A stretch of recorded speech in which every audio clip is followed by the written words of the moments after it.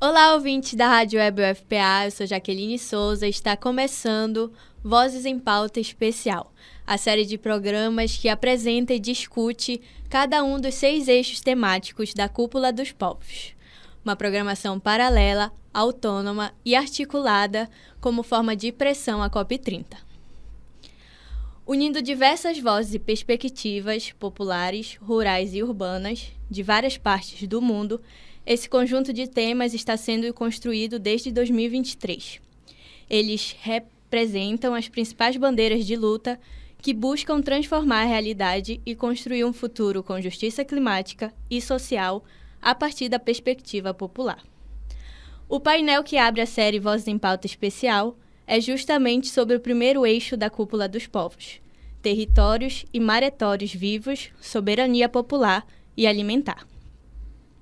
Este eixo tem como foco fortalecer a luta pela defesa dos territórios e dos direitos dos povos das águas, rios, mares, mangues, florestas, cidades e campos. É nele que a terra, a cultura e os modos de vida tradicionais são reconhecidos como base para outros futuros possíveis. Para compor um painel sobre esse conjunto de pautas, nós convidamos Lígia da Paz, engenheira sanitarista e ambiental, pesquisadora e ativista, integrante da MANDE, organização não governamental que atua com educação socioambiental, mobilização e incidência política, imaginando outros futuros a partir das águas amazônicas. A MANDE integra, por sua vez, o Comitê COP30, uma coalizão da sociedade civil brasileira que pretende fortalecer a incidência das organizações da América Latina para uma COP centrada em uma perspectiva socioambiental. Obrigada por sua presença conosco, Lígia. Obrigada pelo convite. É bom estar aqui com vocês e estar, acho que, continuando esses diálogos e essa rota até a COP, né, que já começou, acho que já começou. E essa movimentação aqui que a gente está fazendo, de estar dialogando, de estar compondo esse painel, já é uma prova de que a sociedade civil vem com força para estar ocupando esse espaço. Com certeza.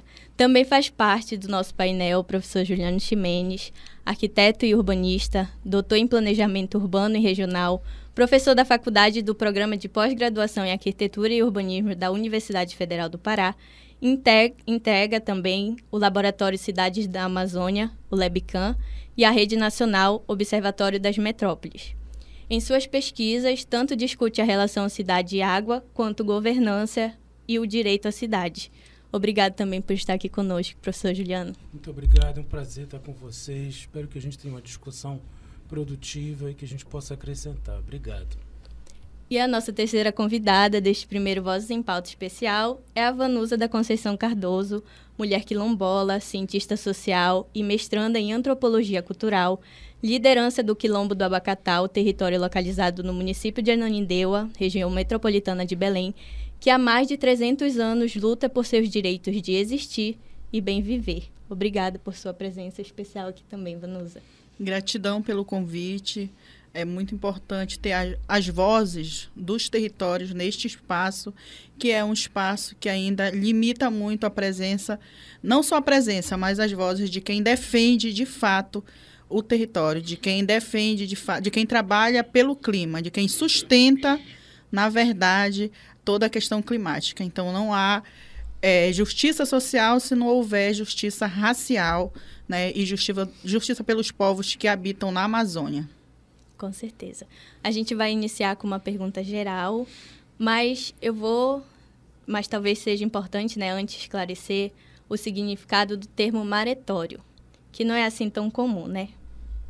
A palavra maretório foi criada por comunidades tradicionais de pescadores e extrativistas, principalmente na Amazônia, para descrever seu território e modo de vida em áreas que estão sob influência da maré, seja de água salgada, quanto as de água doce, né? Então, vou começar pela Vanusa, que é a liderança do Quilombo do Abacatal. Quando se fala em territórios e maretórios vivos com soberania popular, que cenários temos hoje em termos de desafios e riscos? quando se fala em territórios e maretórios, é engraçado quando tu fala que eu fiz parte dessa construção, dessa narrativa, né? Porque se fala muito em território e aí se tem a configuração de terra, mas aí quem vive nas margens dos igarapés, né? Então, foi denominado maretórios. E aí ficou muito bacana quando a gente fala territórios e maretórios, né? Que a gente não deixa ninguém de fora. Inclusive nos territórios quilombolas, que há os ribeirinhos de terra firme e os ribeirinhos, né, dos entornos das beiras dos igarapés e dos rios. Enfim, quando a gente fala nos desafios, hoje os desafios eles estão vindo muito junto com os empreendimentos, com os grandes empreendimentos, né, com o famoso desenvolvimento, progresso e desenvolvimento. Então, quando a gente fala em segurança, a gente precisa também reafirmar que não há, né, território seguro e comunidade tranquila se não tiver o seu território demarcado, titulado, né, para que essas famílias, essas comunidades, elas tenham essa governança, né, embora seja o território seja titulado ou não, a gente exerce essa governança, a qual o Estado ele não respeita, né, não respeita a governança desses povos, mas isso não é um empecilho para que a gente não lute por direitos, por políticas, né? Então, eu acho que a única reivindicação que a gente tem para trazer para essa COP é a titulação, é a demarcação dos nossos territórios. Porque a partir dessa garantia, dessa política, dessa garantia, a gente também vai conseguir planejar futuro para as novas gerações, né? Porque hoje é muito inseguro, porque a terra, o Estado acha, né, que detém poder pela terra, e isso é muito forte, porque os grandes empreendimentos, eles atravessam os nossos territórios, comunidades são remanejadas, histórias, culturas, ancestralidades são interrompidas, são violadas, violentadas, pelo simples fato que o desenvolvimento, que o progresso precisa chegar. Mas a que custo? Né? A que custo esse progresso precisa chegar? Então, a gente precisa dessa titulação, dessa demarcação. E hoje, com tudo que no desafio climático que o mundo vive, né, para nós da Amazônia é muito caro tentar ser responsável pelo resto do mundo. Porque parece que é só a Amazônia no mundo que tem, né, que ainda tem um oxigênio, que ainda tem floresta em pé e floresta que sustenta o resto do planeta. Mas esse processo é muito caro para nós, da Amazônia, né? Ser responsável, como é que eu vou dizer? Cuidar do resto do mundo. Então, essa COP ela precisa ser esse espaço de decisão, mas de decisão de responsabilidade por acordos que já foram feitos, mas que não foram cumpridos, né? Porque não é só nossa responsabilidade cuidar do resto do mundo. A gente não tem como falar de justiça climática sem deixar os territórios e os maretórios de fora, né? Isso. E aí, passando para o professor Juliano Ximenes, arquiteto e urbanista, que cenários o senhor vê hoje que temos em termos de desafios e riscos? Se a gente for relacionar isso diretamente com a COP, tem o jargão, né, bem ironizado, né, inclusive, principalmente pelos movimentos sociais, de uma maneira muito apropriada. Essa COP está sendo chamada de COP da implementação. Né? Aí tem um neologismo, né, esse negócio de implementação, ou seja, a COP da prática, de colocar as coisas na prática.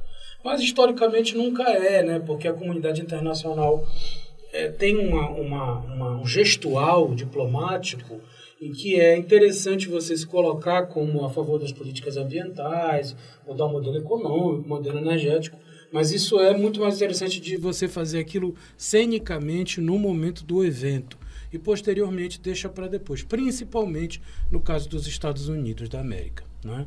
Que são, enfim, uma nação que solenemente ignora esses acordos, etc. E vários outros países vão a reboque, a Alemanha, a França, etc. Então, a angústia, na verdade, é muito essa, né?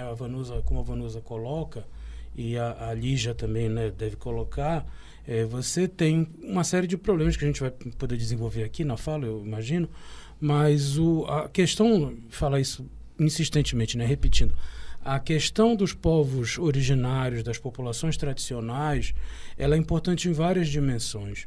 E ela é muito importante, inclusive, para a gente fazer o exercício de desmontar esse discurso utilitarista, porque muito se fala na política ambiental, nas ciências ambientais, no pagamento por serviços ambientais ou no serviço ambiental. Parece que é assim, a pessoa e a sua atividade tem uma utilidade e, por causa dessa utilidade, ela merece viver, que é isso que a Vanusa estava criticando agora há pouco, né? Então, assim, não, mas aquelas pessoas, elas não podem ser removidas de seus territórios, porque elas prestam um serviço ambiental. Ou seja, é como se você não tivesse nenhuma tolerância, nenhum respeito à diferença, que outros modos de vida são admissíveis, são necessários, são legítimos, né? Então, é uma discussão muito grande também, e ela tem a ver com uma especificidade do Brasil que a gente pode daqui a pouco falar. Que a ex-ministra do Meio Ambiente, a Isabela Teixeira, sempre insistiu muito nisso. Vários outros países grandes e têm um PIB grande, como o Brasil, no mundo, eles têm um problema ambiental que é um problema de matriz energética. Eles queimam muito carvão, óleo, diesel e tal para gerar energia. Esse não é exatamente o nosso problema, embora as hidrelétricas não sejam a melhor coisa do mundo. Mas é menos ruim, proporcionalmente falando, do que outras matrizes. O nosso problema é um problema de uso da terra, né? Nossa questão ambiental é uma questão de uso da terra. Não é tanto uma questão diretamente ligada com a matriz energética, imediatamente falando. Então, aí os territórios se revelam mais uma vez importantes, não por causa dessa história utilitarista do serviço que nos presta. E por isso eu faço um favor para eles existirem, né? Eu concedo, né, essa benevolência. Não, é porque esse debate precisa ser travado para você desmontar esses sensos comuns, inclusive o autoritarismo, né, dessa visão funcional, né, sobre as comunidades tradicionais, enfim, é uma outra coisa que precisa ser posta nesse lugar, né? Então, dentro dessas escalas que a gente vê com certo ceticismo, né, da implementação da COP, existe uma luta ainda pouco travada, que é essa luta do direito à diferença, né? Do direito de existir plenamente, né? Sem essa coisa mesquinha, autoritária e genocida mesmo, né? De você tirar a terra, tirar o meio de vida, enfim, né? Eliminar. Então, eu acho que isso é um enfrentamento importante também dessa COP, e o momento pede muito isso também, né? E agora eu passo a palavra para a Lígia, da página Engenheira Sanitarista Ambiental e Ativista, integrante da MAND, do Comitê COP30. Repetindo a pergunta, né? Quando se fala em territórios e maretórios vivos com soberania popular, que cenários a gente tem hoje em termos de desafios e riscos? Eu acredito que um dos principais desafios é que as políticas, quando elas são pensadas sem considerar esses territórios e sem considerar as pessoas que fazem parte desse território, né? E aí isso faz com que muito do que se é implementado, né? Eu uso o saneamento como um dos exemplos porque é o que a gente vem trabalhando de maneira muito forte. Chega de maneira desigual para as populações, né? Então, temos desigualdade de gênero, de raça, de classe, de território, que estão acessando ali um direito básico, um direito constitucional, porque as políticas que foram pensadas para implementá-las não foram realizadas e construídas com esses territórios, né? Então, essa desconexão, ela também acontece em um cenário quando a gente vai para o âmbito global de uma conferência, né? E eu acho que esse é um dos grandes... a grande importância dos movimentos sociais estarem presentes é justamente de colocar as suas demandas, as suas soluções também, que já são pensadas nos territórios, e garantir que essas políticas que estão sendo construídas e que a gente entende que vai guiar muita coisa, esteja considerando essas realidades, essas diferenças, essas pessoas e comunidades no desenho, na implementação dessas políticas de maneira geral. Mas isso ainda é muito desafiador, porque também quando a gente olha para o norte, a gente tem ali uma briga do norte versus sul global, né? No sul global, a gente tem as populações mais vulnerabilizadas, né? Em constante vulnerabilização, né? Não são pessoas vulneráveis, mas que estão em constante vulnerabilização pelas políticas atuais. Mas também temos um território com muita potência, eu acho. Muitas formas de manejo de água, de floresta, de rios, muita inteligência. Então, é um berço de soluções também. Eu acho que a COP é uma forma de posicionar o sul global também nesse lugar, para deixar que ainda ocorra esse desequilíbrio entre norte e sul global nesse âmbito de conferências e negociações. Então, acho que um dos grandes desafios é justamente colocar a realidade das pessoas do Sul Global dentro desses processos. E quando a gente desce na política doméstica, né, a nível de Brasil, a gente se esbarra ainda com o norte versus sul, sudeste, né, brasileiro, né? Então, a gente vive na Amazônia. Na Amazônia é historicamente segregada quando a gente pensa na políticas públicas, quando a gente pensa em saneamento, acesso à educação. Então, olhar também para essas desigualdades regionais e identificar que estamos numa região que é formada por floresta, por águas, que tem campos, tem cidades que também estão com desafios urbanos, desafios estruturais também dos campos. Dar nome, dar visibilidade a isso também é muito importante para que quando a gente desça do nível internacional para a política doméstica, esses territórios também sejam priorizados, respeitados e também considerados na implementação de políticas, na construção de soluções. Então, eu acho que a gente olha muito por aí, né? Enquanto as políticas forem pensadas, construídas e implementadas com desconexão dos territórios e das populações que já são protagonistas desses locais, a gente não vai ter uma boa efetividade aí. É aquilo de não se deixar silenciar, né? Como o professor Juliano falou, é como se o governo estivesse ali meio que... Tô te fazendo um favor desse território onde tu tá cuidando. Mas aí tu não tem voz pra autonomia, né? Do saber de como é aquele território, do que faz mal para aquele território, do que faz bem também para aquele território. Então, eu acho que é essa voz que se levanta pra gente não ser silenciado, né? Eu acho que essa COP ela vai ser um marco, né, nesse Sul Global. Acho que esses movimentos, as últimas 4 COPs, elas foram espaços de debate muito restrito, né, muito restrito aos movimentos sociais, né, foram espaços construídos, né, distante dos povos, né, dos grupos que estão vulnerabilizados, seja em qualquer país que aconteceu essa COP. Né? Mas Belém, ele traz uma diferença por estar no coração dos movimentos sociais, né? Quando alguém me pergunta onde estou no coração da COP, né? Talvez seja a única COP que a gente participe, e isso está trazendo, assim, uma ansiedade, sabe, assim, uma perspectiva de falar, né, porque a gente fala, mas, assim, parece que a gente não é escutado, e aí a COP, ela começou faz tempo, né, pelo menos na minha vida, esse ano, né, lá em abril, quando Abacatal está sendo, né, próximo. A Avenida Liberdade é um projeto da COP, se tornou um projeto da COP, não era, se tornou um projeto da COP, inclusive é falado na propaganda do Estado, né? E esse empreendimento, ele transformou as nossas vidas, né? E a partir de uma entrevista, né, para uma rede internacional, que é a BBC, a minha vida virou de cabeça para baixo. A vida da comunidade virou de cabeça para baixo, né? Então, todas as entrevistas assim que a gente tem dado, que as visitas de outras redes também de comunicação do mundo têm visitado Abacatal, mostra para a gente o quanto que esse momento ele é importante para a gente, né? Levar a voz não só do Abacatal, mas das outras comunidades que foram violentadas pela Avenida Liberdade, né? Ter atravessado é muito importante. Hoje a avenida ela está a 1 quilômetro do Abacatal, mas, assim, é muito natural tu ver família de capivara, família de ximangue, macaco atravessando a rua, a estrada, muito próximo da comunidade, né? A gente tem recebido até visita de uma onça, porque tiraram o habitat desses animais para construir um empreendimento, o desenvolvimento, o progresso, né?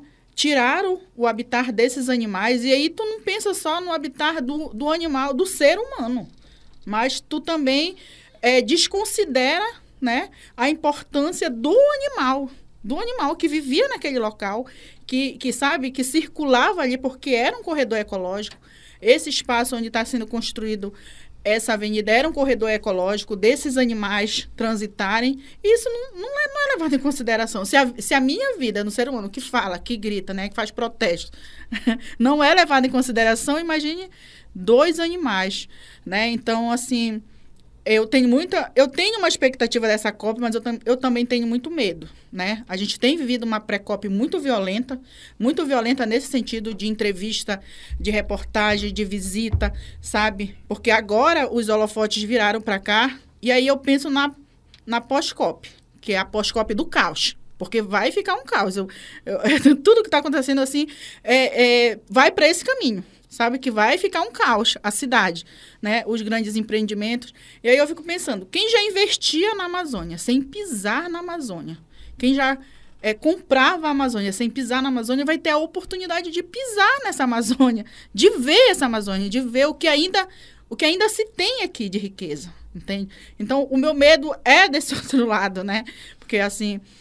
tem grandes, né, corporações que compram minério, que compram o ouro, que, sabe, que tem uma série de investimentos aqui, mas que nunca vieram aqui. E eles vão ter a oportunidade de virem na Amazônia, de pisar nessa Amazônia, né? Então, isso também me deixa com um pouco receio, né? As pessoas, elas vão ver o quanto que a gente ainda tem, que a gente já perdeu muito, mas graças a Deus a gente ainda tem muita riqueza natural. As duras penas, né? A gente já teve muita liderança tombada por defender esses territórios, por defender a natureza e a Amazônia, né? O Brasil é o terceiro país no mundo que mais, né, mata defensoras e defensores dos direitos humanos por defender todas as formas de vida, seja vida humana, seja animal, sabe? E essas pessoas, elas vão ver isso de perto. Elas vão estar aqui, né? Então, isso também me deixa um pouco, né, angustiada, ansiosa, sei lá.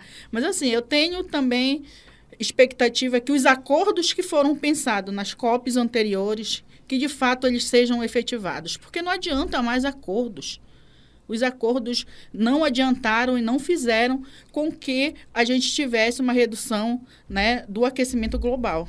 Então, é urgente que esses acordos se cumpram, né, pelas nossas vidas, porque a gente não vive sem o planeta, mas o planeta vive sem a gente, né? Então, por nós, não é só pela Amazônia, mas é por todos. Falar de justiça climática, né, se a gente ainda esbarra em tantos preconceitos, xenofobia, racismo ambiental, por exemplo, Lígia podia falar um pouquinho sobre o que está acontecendo ali na Vila da Barca, né? Que o governo tira dejetos de uma área para se alocar em outro território, prejudicando pessoas, né? Pondo em risco vidas de territórios e maretórios também, né? Queria que você comentasse um pouquinho. Eu acho que é, novamente, um resultado dessas políticas que são pensadas com desconexão dos territórios, né? Acho que a Vila da Barca é um dos exemplos, né, de uma comunidade que está ali, próxima aos rios, e isso resgata como as nossas cidades da Amazônia, como as cidades da Amazônia, elas têm uma relação muito forte com o rio, né? Na Mandi a gente fala que os rios são o coração da cidade, né? E o que acontece no rio de uma cidade vai afetar o rio de um campo, de outro território, né? Então, a gente olhar para esses espaços também como um grande rio, como um grande ecossistema que tem ali as suas variáveis da água, variáveis dos animais, como a Vanusa trouxe, da flora, né, da vegetação, olhar para esse lugar como um grande ecossistema e as suas relações, né, respeitando e considerando isso para desenhar as políticas, é fundamental para que situações como essa não ocorram, né? Para que, quando a gente implemente uma estação de tratamento de esgoto, né, em uma cidade, Belém é uma cidade que tem apenas 18%, eu acho, ou 19% do esgoto coletado, né? Isso é um reflexo de que temos muitas áreas da cidade desassistidas pela coleta e pelo tratamento de esgotamento sanitário.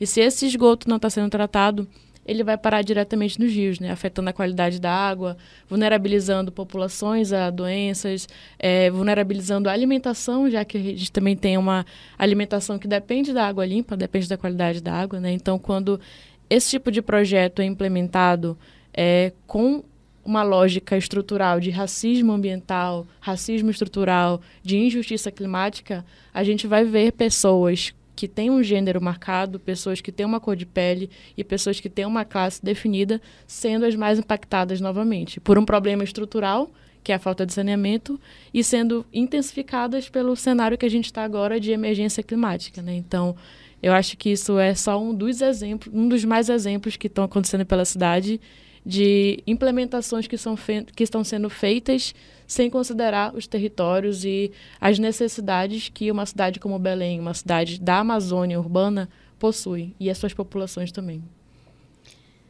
Bom, antes da gente seguir, né, para o nosso segundo bloco, anota aí, este e todos os programas da série Vozes em Pauta Especial Cúpula dos Povos, sobre os principais temas das lutas populares no debate global do clima, estão disponíveis como podcast no site da Rádio Web UFPA e também no Spotify.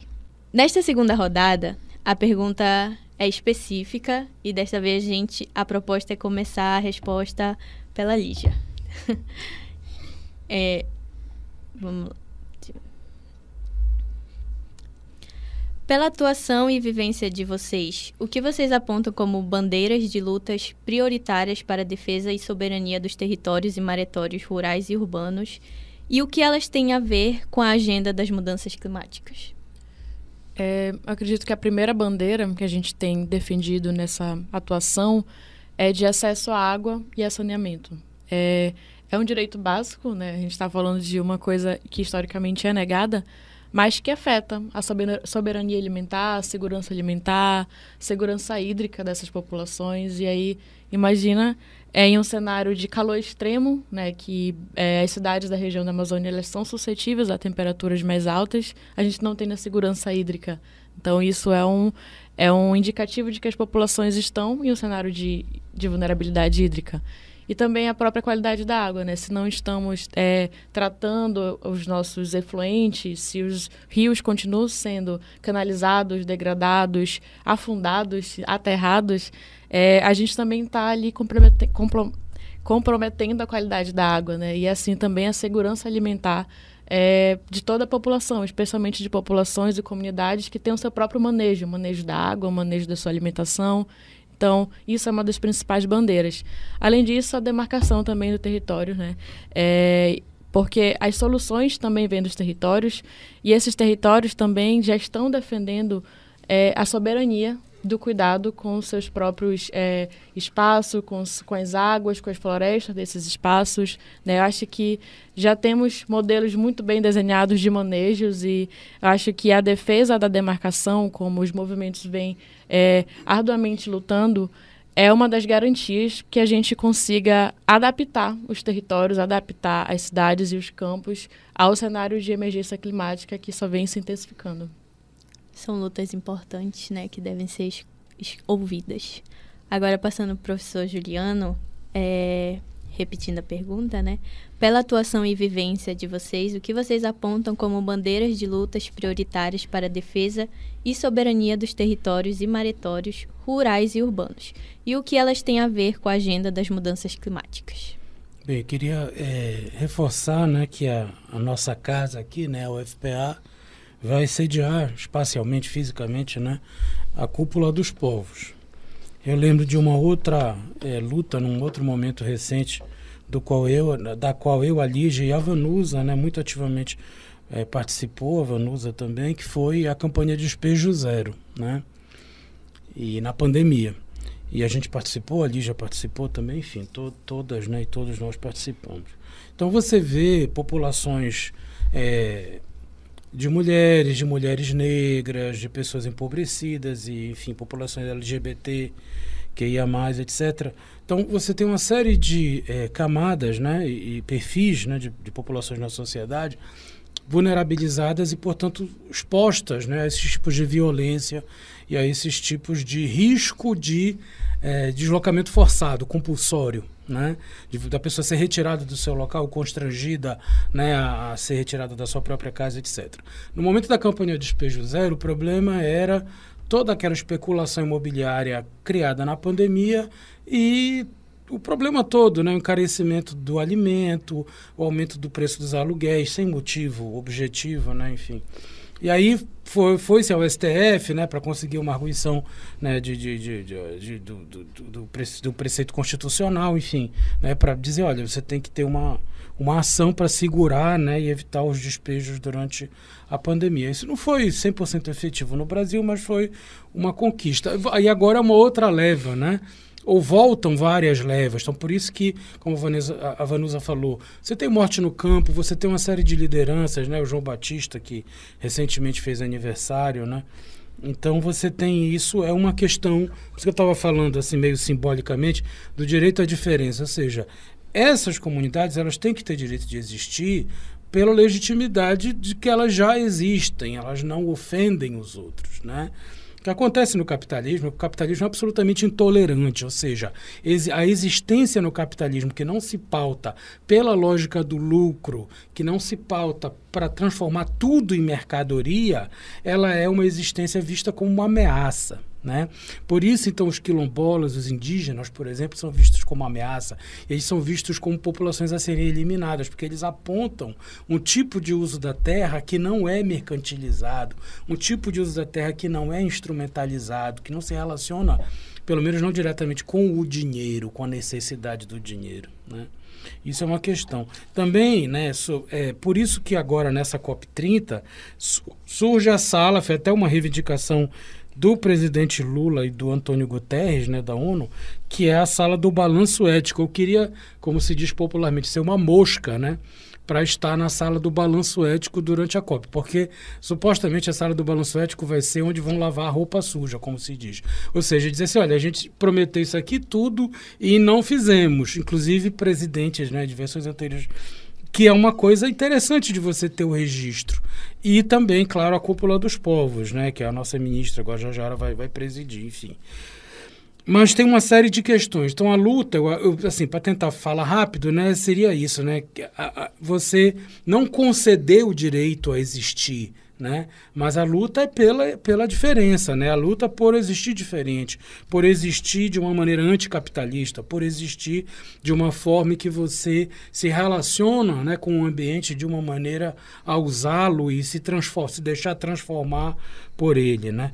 Inclusive aqui no bioma da Amazônia tem uma série de coisas que a gente também pode insistir, além desse negócio do serviço ambiental, né, de combater, é essa história da Amazônia como uma grande paisagem vegetal, né? A Amazônia é 75% urbana do ponto de vista da sua população humana, né? Ou seja, uma questão humana na Amazônia é uma questão 75% urbana, objetivamente falando. A Amazônia é urbana majoritariamente, né?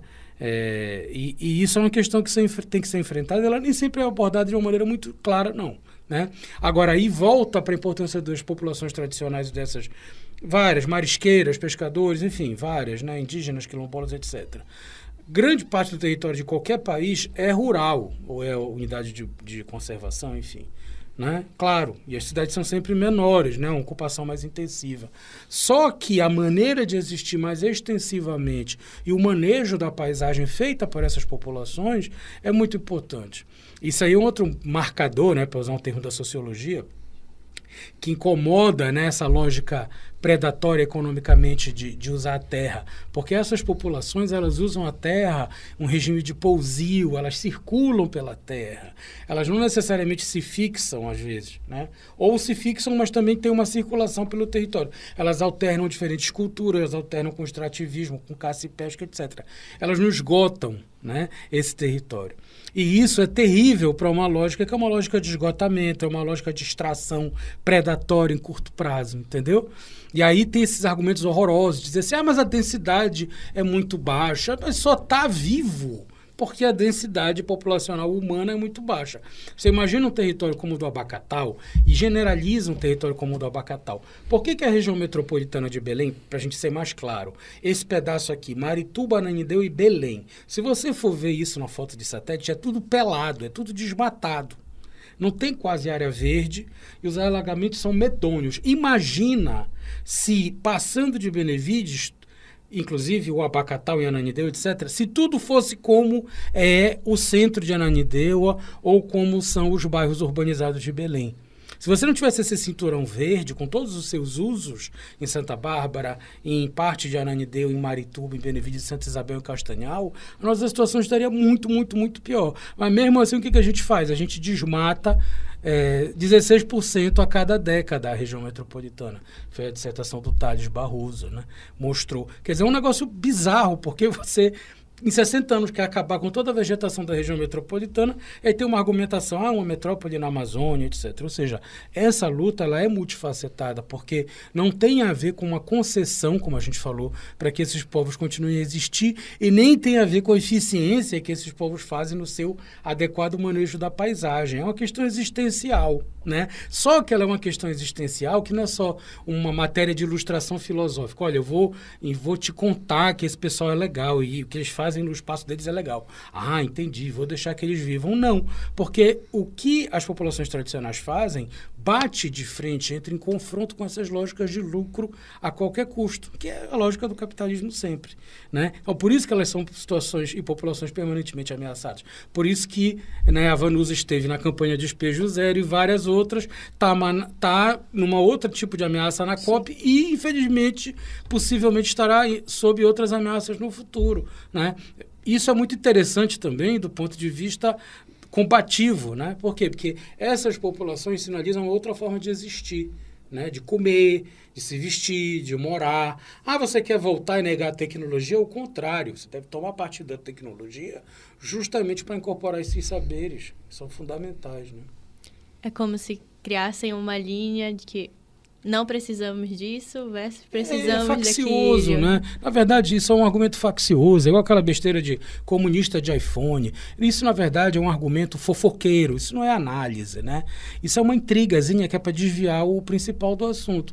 Mas, então, as populações tradicionais são ameaçadas por causa disso, porque elas são a contestação do capitalismo, entendeu?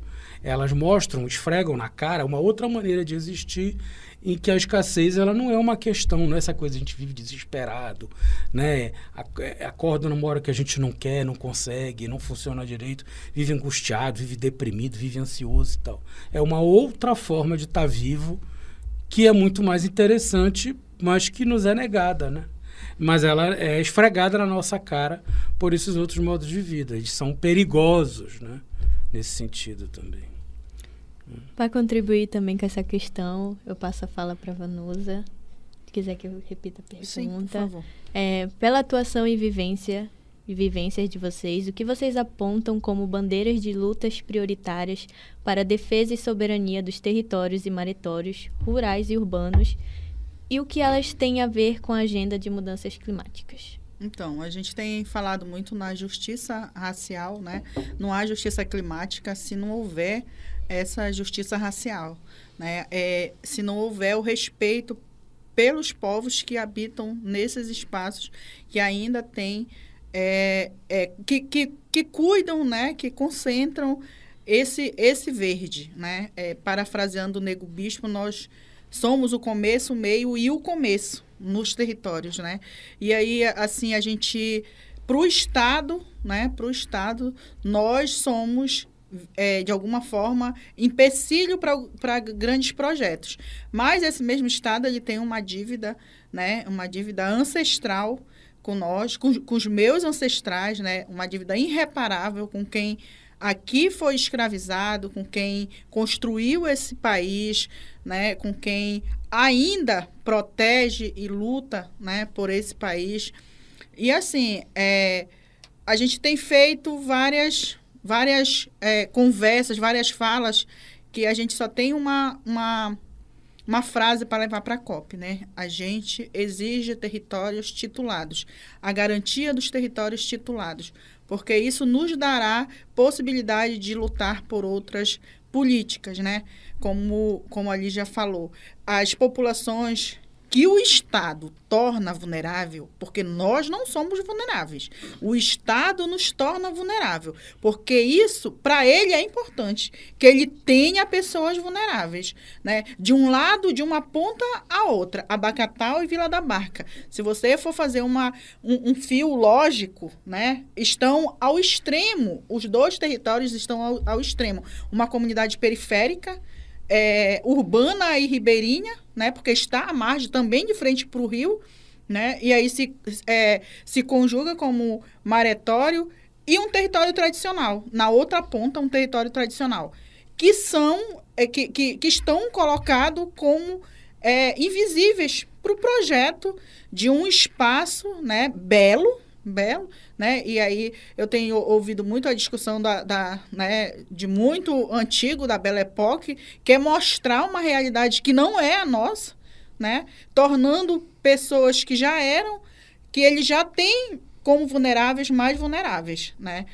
Então, mostrar também essa outra lógica, né, para a COP30, estar nos espaços da Cúpula dos Povos, no espaço da Zona Verde lá, denunciando em painéis, dialogando, falando disso, também vai ser uma possibilidade de mostrar a Amazônia, ela não é da mesma forma que 1.500, mas se a gente cuidar com responsabilidade, como os territórios fazem, se o Estado ele tiver responsabilidade, a gente sim ainda será a Amazônia, os estados da Amazônia ainda vão levar por muito tempo, né, a nossa existência e a existência do resto do planeta, né? Mas assim, quando a gente fala de segurança, né, a gente tem observado transições, né? Eu acho que na terceira ou na quarta COP antes dessa, o boom foi o crédito do carbono. E aí agora os territórios, eles são territórios de valores para o crédito do carbono, né? E aí o que é crédito de carbono? Crédito de carbono é privatizar território, né? É privatizar território porque são concessões de 30 anos, de 40 anos, de espaço que precisa ficar intacto, sabe? Dentro de um território coletivo que eu acessei, que o meu filho acessou, que as futuras gerações não vão acessar, porque o planeta precisa acreditar esse carbono para equilibrar uma coisa que não fui eu que desequilibrei, não fui eu. Não é uma responsabilidade minha. Mas aí eu tenho que tenho que privatizar o meu território para tentar equilibrar o que está desequilibrado. E aí a gente está vendo as transições. Se fala de transição energética, a gente cobra uma transição energética justa, porque a gente sabe que lá na ponta vai ser a última comunidade a passar por essa transição. A gente não tem dinheiro para colocar placa solar, que é caríssimo o projeto. A gente não tem dinheiro para comprar carro, moto, sei lá o que, híbrido. Não tem. Então, não é uma transição justa. E essa ruptura ela vai ser muito violenta com essas comunidades. Entende? Então, para se fazer todo esse processo, a gente precisa ter uma transição energética justa. Justa precisa ser com equidade, porque igual não vai ser nunca. Né? Pela disparidade que a gente tem de pessoas com mais recursos, né? De pessoas ricas e pessoas que sobrevivem com um salário mínimo, com até 2 salários mínimos, é muito injusto, entende? Então, a gente nunca vai conseguir ter equidade numa transição energética. Então, a gente precisa também falar nesses espaços que a gente precisa dessa transição ecológica, que ela seja justa, que ela seja com equidade, para que a gente não venha mais ainda sofrer, né, com o rompimento de muitos outros processos como a gente sofre desde sempre, né? Então, defender território é defender território titulado, é ter território titulado e ter o poder de decisão de não querer creditar carbono, porque não sou eu, não é o meu território que polui. E aí, né, o rico lá da Europa, lá até esqueci como ela falou, do sul, não é do sul, é do norte, né, global, não sei de onde. E aí vai ser minha responsabilidade, vai ser a responsabilidade do meu território, para que eles continuem consumindo ar-condicionado, poluindo, sabe, com combustível fóssil.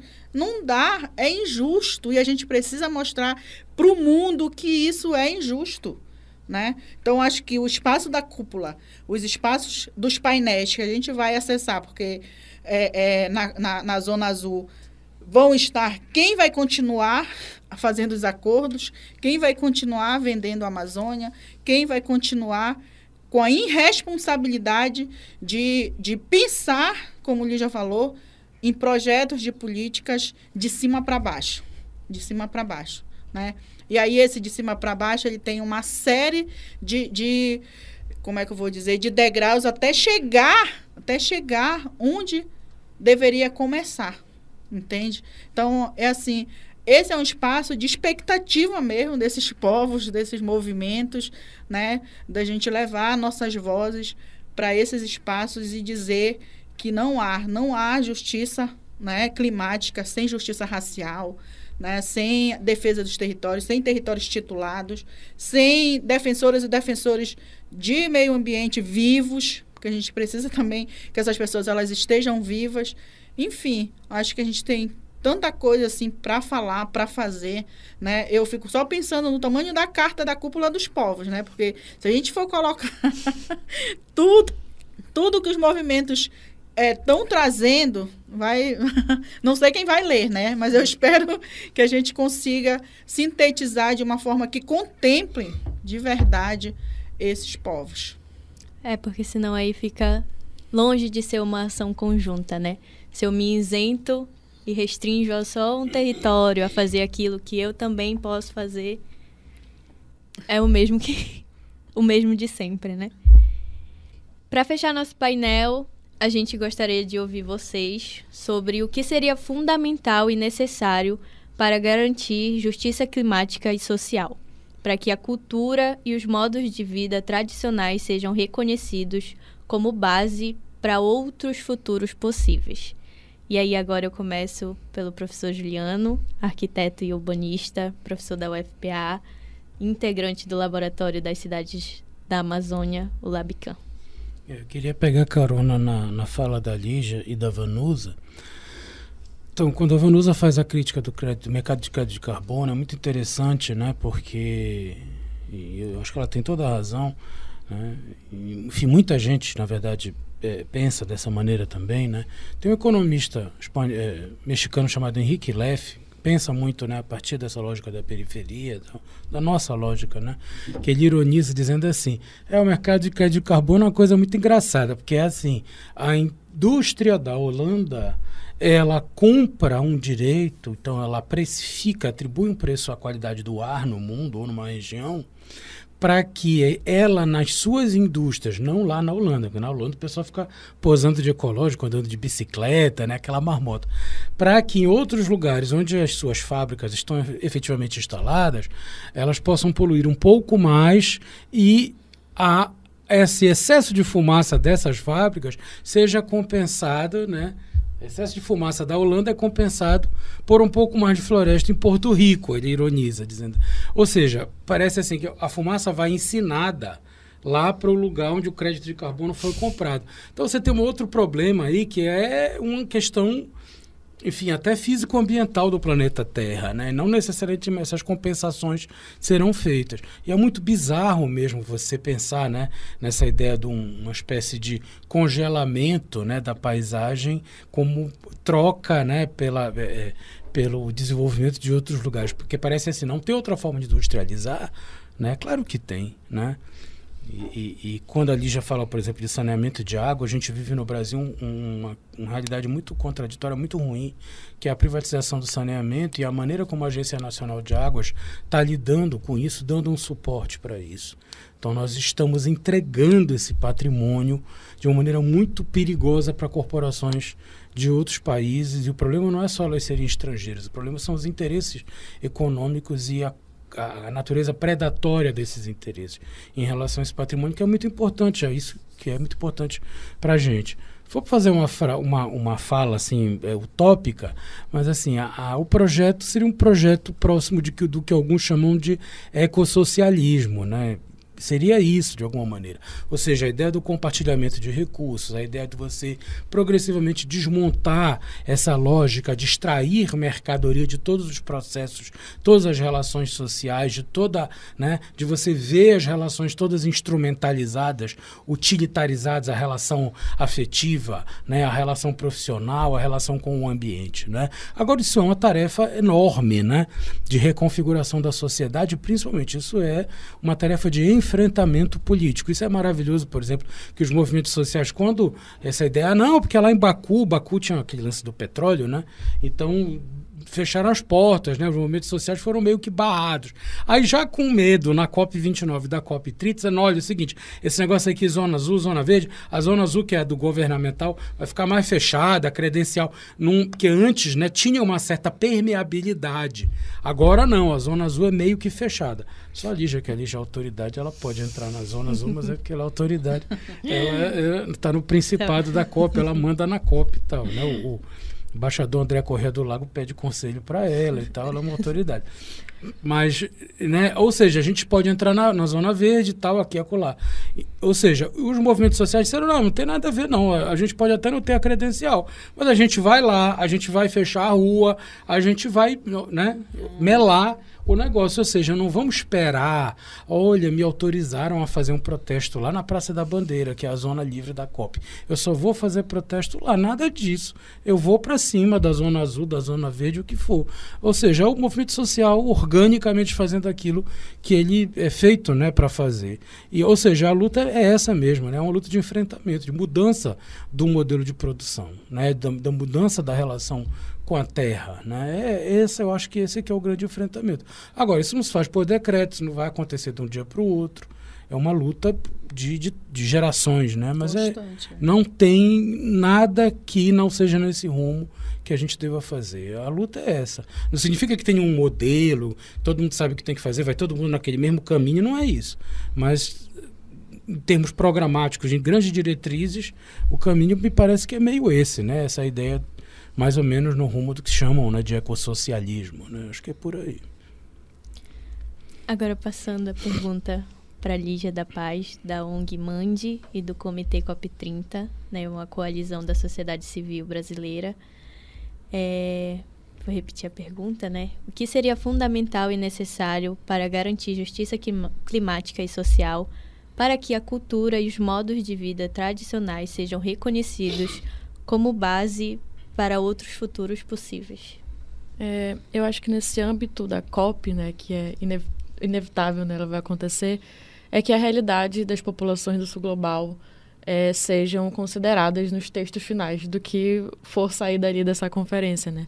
A gente tem acompanhado, né, tanto pelo Comitê COP30 quanto pela Mandi, a agenda de adaptação climática, né, onde está tendo as discussões sobre os indicadores que vão dizer para que lado os países estão indo, se estão se adaptando ou não.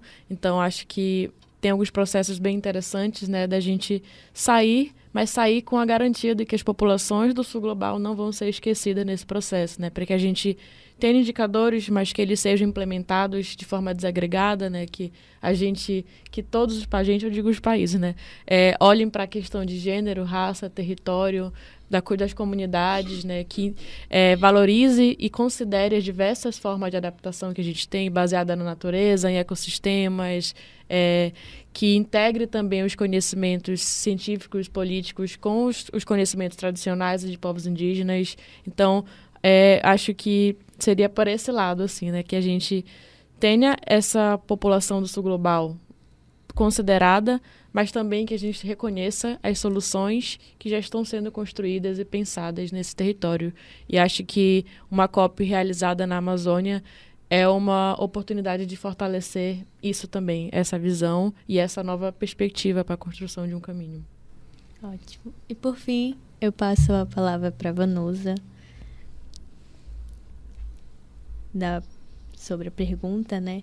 Que o que seria fundamental e necessário para garantir a justiça climática e social, para a cultura e os modos de vida tradicionais sejam reconhecidos como base para outros futuros possíveis. Eu acho, como o professor falou nesse projeto, né, ecossocialista, a descentralização dos recursos, seja ele público ou privado. Porque hoje tem a economia verde, tem não sei o quê, uma série, né, de nomenclatura que criaram para justificar recurso que ainda assim não chega nos territórios, entende? Então, a descentralização desse poder, desse recurso, acho que seria um caminho. Uma outra coisa, como a Lígia falou, né, o Sul o sul global, que é nós, né? Eu entendo o norte global. Eu acho que a resposta da cúpula dos povos vai muito fazer com que isso não seja, de fato, esquecido, né? Todo esse processo de revolução, né, que a gente está construindo dentro de cada eixo, né, ali trazendo a discussão desses eixos, eu acho que esse também vai ser um caminho para, de fato, a gente não seja esquecido, né, pela massa, né, pela Europa, por todos os outros países. Então, acho que é também uma responsabilidade desses movimentos, né? Essa COP, ela vai ser uma COP que terá um marco histórico, eu acho, né? Que pode ser um diferencial, pode ser um divisor nesse sul global, nesse norte global aí, nessa invisibilidade que a gente ainda tem dentro, né, e aí especificamente aqui dentro do Brasil, dentro dessa disputa também que a gente vê claramente, né, a centralização dos recursos e dos poderes para o sul no Brasil, né, e não para o norte, não para a Amazônia. Enfim, eu acho que vai muito nessa linha, né, dessa descentralização mesmo desses recursos, seja ele público ou privado, porque da forma que está, não vai, né? A gente não vê muito futuro possível, porque há novas perspectivas, novas ideias de criar várias nomenclaturas, várias faces aí, também para alocar esses recursos, mas que as comunidades não acessam, né? Que essas pessoas, elas dificilmente vão conseguir ter acesso a esse recurso, a projetos, e quando chega muito deturpado, chega pronto, né? Não dialoga com a realidade das comunidades, então acaba que é um recurso que deveria ser aplicado de uma forma e se perde de uma outra forma, né? E aí eles buscam justificar isso, não, mas tem recurso, né? Tem a bioeconomia, tem a economia verde, tem não sei o quê, e a gente sabe que não é nada disso. Né? Então, a descentralização e o movimento da cúpula dos povos pode ser, né, essa saída para que a gente, de fato, sabe, não seja só mais uma COP, né, mas seja a COP da cobrança, da efetivação dos acordos, né, sei lá, sabe, eu acho que já houveram muitos acordos, a gente precisa efetivar os acordos que já foram postos, né? Eu acho que não cabe mais acordos para nada, a gente não tem mais tempo, né? Todo mundo fala que a gente está no ponto de não retorno, né? E até quando que a gente vai falar sobre isso, né? Quando o planeta estiver, sei lá, né? Entrando em erupção.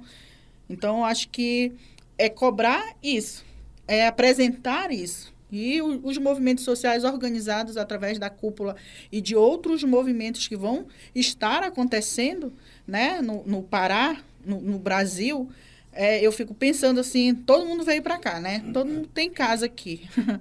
Eu já fui em várias casas, na casa da Mídia Ninja, da Cúpula dos Povos, da COP do Povo, da não sei o quê, né, da Casa Maracá. E assim, são tantas coisas assim que vieram, né? Eu espero de verdade que passou a COP eles também vão embora, sabe, assim, né? Porque a gente fica com uma sensação, assim, de uma, sei lá, de uma vinda por um momento e aí depois, sabe, acaba. Então, acho que essa incidência política nos eixos, né? O meu eixo é o eixo 1, porque fala de território para a gente, né? Para além do simbólico, é fundamental que a gente tenha território titulado, demarcado, enfim.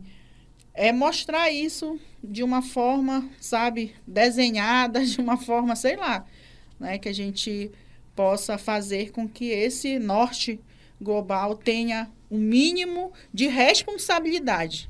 Porque não é só nós que temos a responsabilidade, né, de garantir isso. Um planeta, né, com segurança ou, sei lá, né, melhor, com um clima que seja ainda, né, apto para o ser humano. Né? Então, acho que essa também é uma responsabilidade que é dada aos movimentos sociais, né? É cobrar essa descentralização desses recursos. É isso, né? Continuar lutando para que nossos territórios maretórios, que a soberania popular e alimentar continue existindo, né? A gente chega ao final do nosso programa, agradecendo a presença do professor Juliano Ximenes, da UFPA, da Lígia da Paz, da ONG Mande e do Comitê COP30, e da Vanusa da Conceição Cardoso, liderança do Quilombo do Abacatal. Para fechar, a gente faz uma última rodada, pedindo a vocês uma fala de despedida e, ao mesmo tempo, uma resposta rápida para a seguinte pergunta: como cada um e cada uma que está nos ouvindo pode ajudar para que outros futuros sejam possíveis? E aí, pode começar, Lígia. Repete, por favor, só para eu... Como cada um e cada um que está nos ouvindo pode ajudar para que outros futuros sejam possíveis?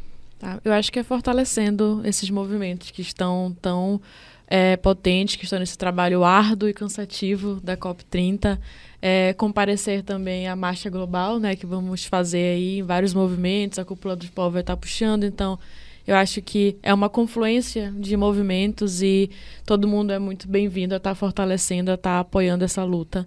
Além de estar ecoando as narrativas e as mensagens, né? Acho que a comunicação digital é uma das maiores ferramentas, então, para todo mundo estar acompanhando as redes sociais dessas organizações. E acho que a minha frase é que sem justiça social, sem justiça hídrica, a gente não vai ter justiça climática. Muito obrigada, Lígia. Professor Juliano. Eu queria agradecer, né, e nosso ponto de vista, né, eu acho que é importante assinalar que esse debate da questão ambiental, ele não é principalmente um debate sobre o conhecimento científico, né? Mas nem tudo se conhece. É verdade, você está sempre descobrindo coisa, refutando, né, recolocando as questões.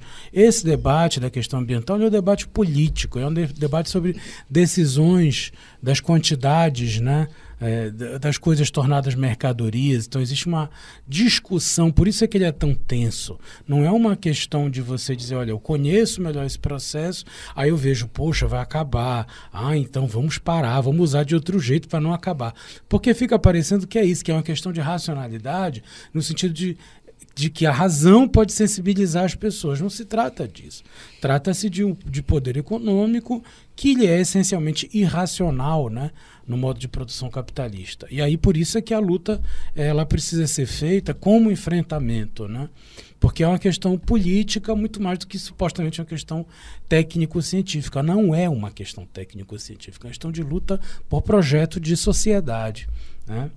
E é por isso que aí a luta continua, exatamente, né? Ou seja, é necessário construir esse outro mundo, é necessário reconfigurar as relações com o ambiente, as relações entre os indivíduos, as pessoas, entre os grupos sociais, porque essas formas de dominação precisam ser questionadas e elas precisam ser desmontadas, né? A COP é uma oportunidade disso, as pessoas se informarem, as pessoas tentarem participar das atividades, se engajar, né? O Michel Foucault falava uma coisa muito interessante, dizia assim, olha, a militância, a política, ela se dá o tempo todo. Então, o tempo todo, na sua igreja, na sua escola, no seu ambiente de trabalho, nas suas relações familiares, todo lugar é o lugar do exercício da política. Então, é isso, a gente tem que tentar ocupar todos os espaços que estão ao nosso redor e avançar, né, sobre elas, né? Muito obrigada, Vanusa, por estar com a gente aqui hoje. Então, eu acho que o recado que eu tenho para deixar, né, é dizer que sem território titulado, sem justiça racial, não há futuro possível. Nós não somos o problema, nós somos a solução, né? Mas o Brasil e o mundo precisam também perceber isso, né? Que os territórios, eles não são o problema, eles são a solução. Então, sem justiça racial, não há justiça climática e não há futuro possível. Obrigada a você que nos acompanhou hoje neste programa que abre a série Vozes em Pauta Especial Cúpula dos Povos, os grandes temas e bandeiras de luta por justiça social e climática pelas vozes populares do Sul Global. E lembre-se, você vai poder acessar este painel sobre territórios e maretórios vivos, soberania popular e alimentar, o primeiro eixo da Cúpula dos Povos, no portal da Rádio Web UFPA e também no Spotify. A série Vozes em Pauta Especial Cúpula dos Povos é uma realização da Rádio Web UFPA em parceria com o Núcleo de Comunicação da Cúpula dos Povos, com apoio da FACOM, Faculdade de Comunicação, e do PPG-Com, Programa de Pós-Graduação em Comunicação, Cultura e Amazônia, da Universidade Federal do Pará. Apoio também do ILC, Instituto de Letras e Comunicação, e da PROAS, Pró-Reitoria de Assistência Estudantil. A apresentação é minha, Jaqueline Souza, edição João Nilo, produção Maiara Góes, gerência Glauci Monteiro, supervisão professora Rosane Straibrenner.